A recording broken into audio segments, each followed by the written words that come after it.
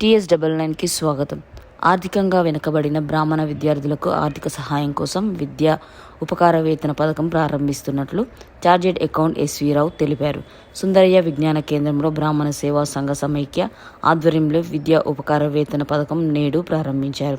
ఈ సందర్భంగా ఎస్వి రావు మాట్లాడుతూ బ్రాహ్మణులు సంఘటితంగా ఐక్యంగా ఉన్న నాడే జాతి అభివృద్ధి చెందుతుందని అన్నారు. బ్రాహ్మణులు ఆర్థికంగా, రాజకీయంగా, సామాజికంగా ఎంతో అభివృద్ధి చెందాల్సిన అవసరం ఉందని అన్నారు. సమాజంలో బ్రాహ్మణులకు ఒక ప్రత్యేక గుర్తింపు ఉందని దాన్ని కాపాడుకొని అభివృద్ధి దిశగా పయనించాలని ఆయన కోరారు. అభ్యున్నతికి ఉపకార వేతన పథకంకు బ్రాహ్మణ పెద్దలు సహాయ సహకారాలు అందించి బ్రాహ్మణ జాతి అభ్యున్నతికి తోడ్పడాలని ఎస్వి రావు కోరారు. ఆలోచన రూపంలో మాటై ప్రవహించి ప్రయాణించి మీ మెదడులోకి మీ చెవుల ద్వారా రీచ్ అయ్యి మీ మనసుకి అదే అర్థం అదే భావంతో గడిచిన పావుగంట నుంచి అర్థం అవుతుంది. Yes or no?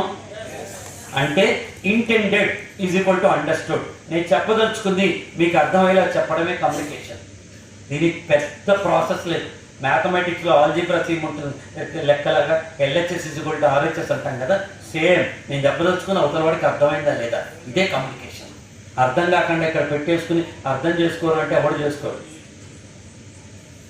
ఇది నన్ను ఎక్కడైనా వాడుకోవాలంటే దేశంతగా మీరు ఏ పని చెప్తే ఆ పని నేను చేయడానికి రెడీ ఉన్నా. అందరం కలిసి ముందరికి పోదామని చెప్పి ఈ వేదిక ద్వారా మీ అందరికీ తెలియజేస్తున్నా. రేపు 12వ తారీఖు ఆ వేదిక ఈ బ్రాహ్మణ సేవా సంఘ సమాఖ్య వేదిక మీద అందరూ నాయకులను చూస్తే నేను చాలా సంతోషంగా ఫీల్ అవుతాను.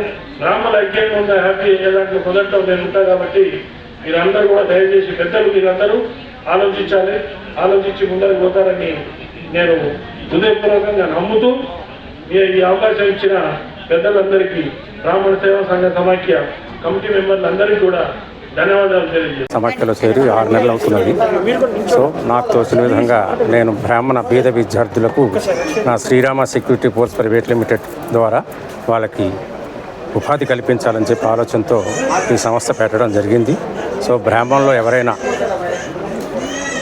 చదువుకోలేని వాళ్ళు కానీ చదువుకున్న మా బ్రాహ్మణ సమాజాన్ని కన్సల్ట్ చేస్తే వారు నా నెంబర్ ఇస్తారు. తద్వారా వారికి ఉద్యోగాలు ఇప్పిస్తానని చెప్పేసి నేను కోరుకుంటున్నాను. ఆఫీస్ కూడా నేరేడ్మెట్లో ఉంది. దయచేసి అందరూ ఈ సద్వినియోగాన్ని ఉపయోగించుకోగలరని మనం చేయించుకుంటాం. దశలో మనందరం కొద్దిగా అందరం దాతలందరం కలిసి అనుకుంటే ఒక హాస్టల్ వరకు ఎస్టాబ్లిష్ చేయాలి. Thank you.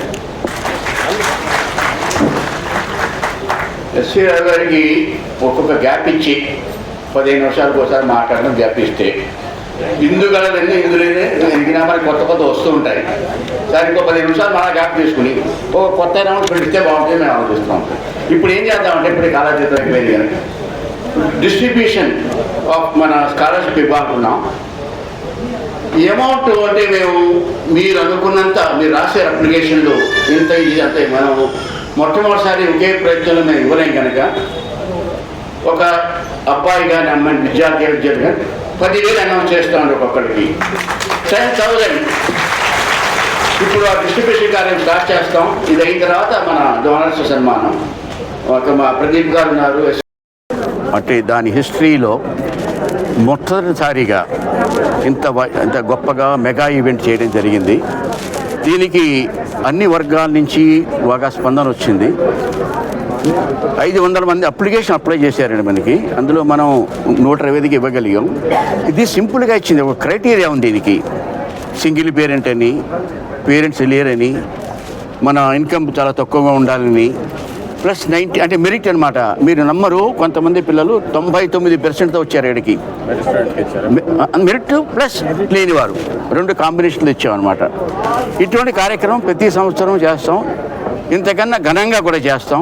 దీనికి మా జోన్లు కానీ డివిజన్లు కానీ కమిటీ మెంబర్స్ బాగా సహకరించబట్టే ఇంత సంవత్సరం ఇలా చేస్తామని మీకు మేము ప్రామిస్ చేస్తున్నాను.